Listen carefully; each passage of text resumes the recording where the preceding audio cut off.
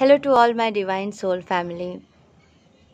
आज हम बात करेंगे ट्रू डिवाइन फेमिनाइन के बारे में। उनके बारे में जानेंगे। डिवाइन फेमिनाइन के अंदर के ममता, माया, प्रेम, है ना, साथ में उनका गुस्सा, उनकी पीड़ा, उनकी तकलीफ़। आज हम जानने की कोशिश करते हैं कि ट्रू डिवाइन फेमिनाइन एग्जैक्टली होते कैसे हैं। एक्चुअली मैं इस जर्नी में आने के बाद जब मैं इस जर्नी को समझने लगी तब मेरे दिमाग में किसी किसी के बारे में इन्फॉर्मेशन आ जाते थे, क्योंकि मैं बचपन से ही उनसे कनेक्टेड थी। कहीं ना कहीं उनके स्टोरी पढ़ के, उनके बारे में जान के, उनके गाने सुन के प्रभावित होके, उनके एक्टिंग देख के प्रभावित होके, बाद में जब कनेक्ट किया कि अरे हमारे soul family, divine soul family, उनसे कनेक्शन तो होना ही था। तो बचपन से मैं इन सारे डिवाइन फेमिनाइन से बड़ी कनेक्टेड फील करती थी। जैसे माँ दुर्गा, मैं बचपन में काली माँ के एक फ़ोटो के सामने जाती थी और अपने सारे दुख, तब मैं हार्डली 2-2.5 साल की होंगी, कोई मुझे डांटे, कोई मुझे कुछ बोले, पता नहीं क्यों मैं काली माँ के फ़ोटो के सामने जाके बोलती थी, माँ यहाँ पे ये लोग मुझसे कोई प्यार नहीं करते, ये लोग मेरे कोई अपने नहीं लगते, सब मुझे डांटते हैं, चिल्लाते हैं। माँ मैं तुम्हारे पास आना चाहती हूँ, मैं यहाँ नहीं रहना चाहती हूँ, मुझे बुला लो। क्योंकि एक बच्चे के 5 इयर्स तक के मेमोरीज़ में होते हैं, उसके पास्ट लाइफ, उसके पहले के सीन सब पता होता है। तो मैं कहीं ना कहीं कनेक्ट करती थी काली माँ से। काली माँ के कैलेंडर के सामने, फ़ोटो के सामने जाके बात करती थी। मुझे लगता था कहीं ना कहीं मैं काली माँ के बहुत करीब थी। लेकिन काली माँ भी क्या कर सकती, बस कोई ना कोई, कुछ ना कुछ चॉकलेट, कोई खिलौना ला के हमें भुला ही देते थे। तो ऐसे मैं कनेक्शन फील करती थी। संतोषी माता की जब पूजा करती थी तो उनके कथा पढ़ती थी। ये 4 लाइन से मैं बहुत कनेक्ट होती थी। जीव से ही जीवित जगत, माया खेलत खेल, ब्रह्म रूप पहचान ले, जीव कटे जगत के जेल। यानी ये जो जगत है, जीवन है, इसीलिए जीवित है, और जीव से ही दूसरे जीवों की सृष्टि होते हैं। इस तरह से सृष्टि चलती जा रही है, जीवित जगत है, लेकिन माया भी है। माया खेल खेलते हैं यहाँ पे, मैट्रिक्स है ना, माया जाल। तो ये माया खेलत खेल, लेकिन ब्रह्मरूप, अपने असली स्वरूप कि मैं हूँ कौन, उसे पहचान ले। क्योंकि जीव यहाँ पे कटे जगत के जेल, ये जगत एक जेल है और जीव यहाँ पे एक जेल की जीवन काटने आए हैं, काट रहे हैं। इसलिए इस जेल से मुक्ति पाने के लिए हमें अपने ब्रह्म स्वरूप को जानना है, पहचानना है। एक नारी को उसके नारीत्व को जानना है, मातृत्व को जानना है, प्रेम को जानना है, ममता को जानना है। तो आज हम एक बहुत प्यारी सब्जेक्ट लेके आए हैं, डिवाइन फेमिनाइन होती कैसी है। फर्स्ट मेरे आइडियल, अगर मैं डिवाइन फेमिनाइन की बात करूं तो वो है झांसी की रानी लक्ष्मीबाई, मणिकर्णिका। मणिकर्णिका जी की शादी गंगाधर राव जी से बहुत छोटी उम्र में ही हो गई थी। झांसी के महाराज गंगाधर राव। उम्र में गंगाराव जी तो काफ़ी बड़े थे। शादी के बाद मणिकर्णिका जी ने देखा उनके पति के आसपास के जितने भी लोग हैं, सब लोग उन्हें मारना चाहते थे, मार के सिंहासन हासिल करना चाहते थे, साजिशें बनाते थे। उनके अपने रिश्तेदार, भाई, चाचा जो भी थे, चाचा के लड़के, सौतेली माँ के लड़के, जो भी आसपास के थे, उनके सारे लोग उन्हीं के दुश्मन थे। ऊपर से उनसे मीठी मीठी रहते थे, लेकिन पीठ पीछे बार बार उनको मार डालने की साजिश करते थे। Because of course properties. तो मनु जी को समझ में आने लगा, तो मणिकर्णिका जी सब समझने लगे और अपने हस्बैंड को प्रोटेक्ट भी करने लगे। शिव को शक्ति प्रोटेक्ट करती।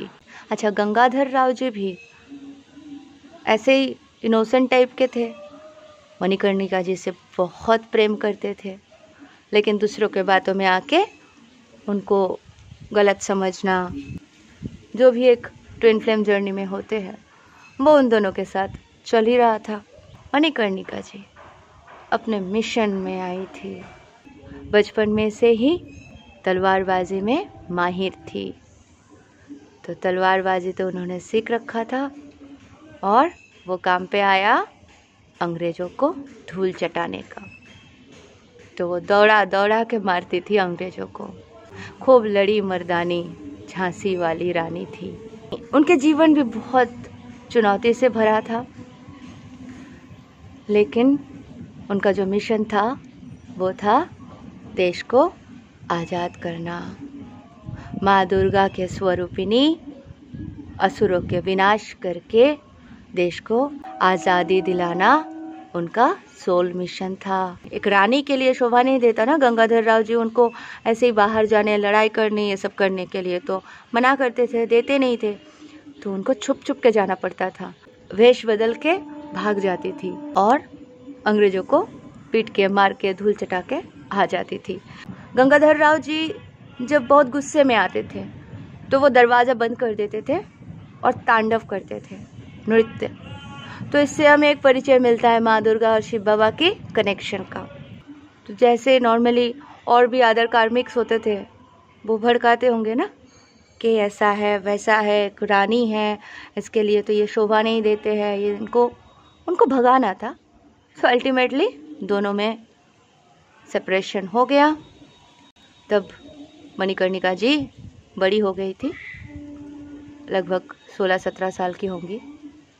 सेपरेशन के बाद चली गई, लेकिन चुप नहीं बैठी, रोते नहीं बैठी एक डिवाइन फेमिनाइन की तरह, हाय मेरा सेपरेशन हो गया।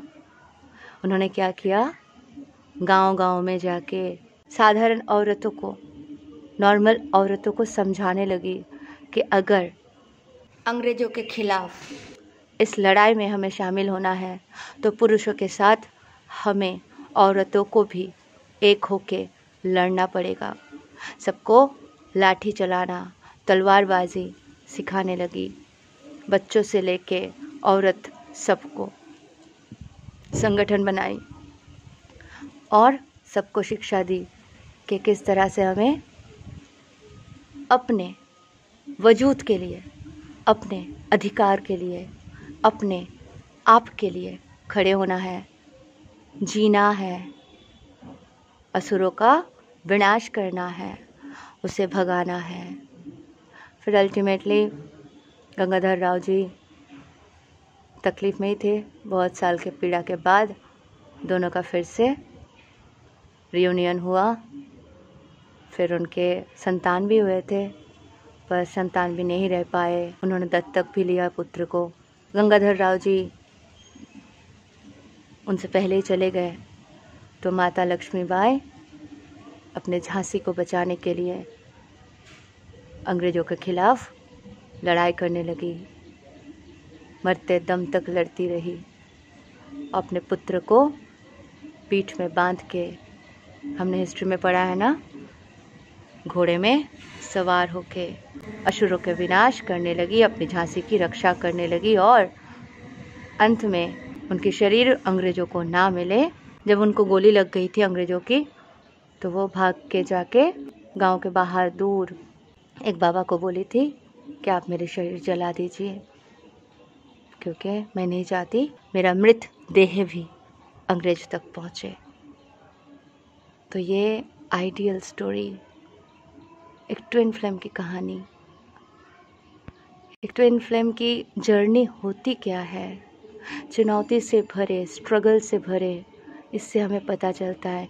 ये कहानी, ये एग्जाम्पल मैं इसलिए लेके आ रही हूँ क्योंकि मुझे लगता है कि अगर हम बोलेंगे हाँ एक डिवाइन फेमिनाइन करुणामयी होती हैं, वो मातृत्व होते हैं, एक रूप ही देखेंगे, लेकिन जब हम एक एग्जाम्पल बताते हैं किसी और के बारे में, वो इन्फिनिटी, असीमता, है ना, कि क्या किए उन्होंने, उनकी पूरी लाइफ स्टोरी। जब मैं इस जर्नी को जान पाई तो मैं रियलाइज़ करने लगी, एनालाइज करने लगी कि ये सब ट्विन फ्लेम जर्नी में ही तो थे।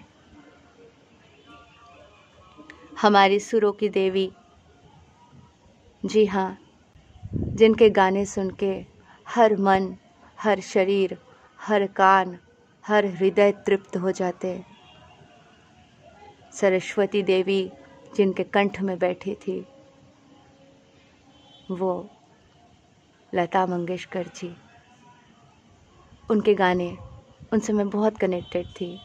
बहुत छोटी सी उम्र से मैं उनके गाने सुनती थी, बहुत अच्छा लगता था। Part 2 will upload tomorrow. Thank you all. Love you all.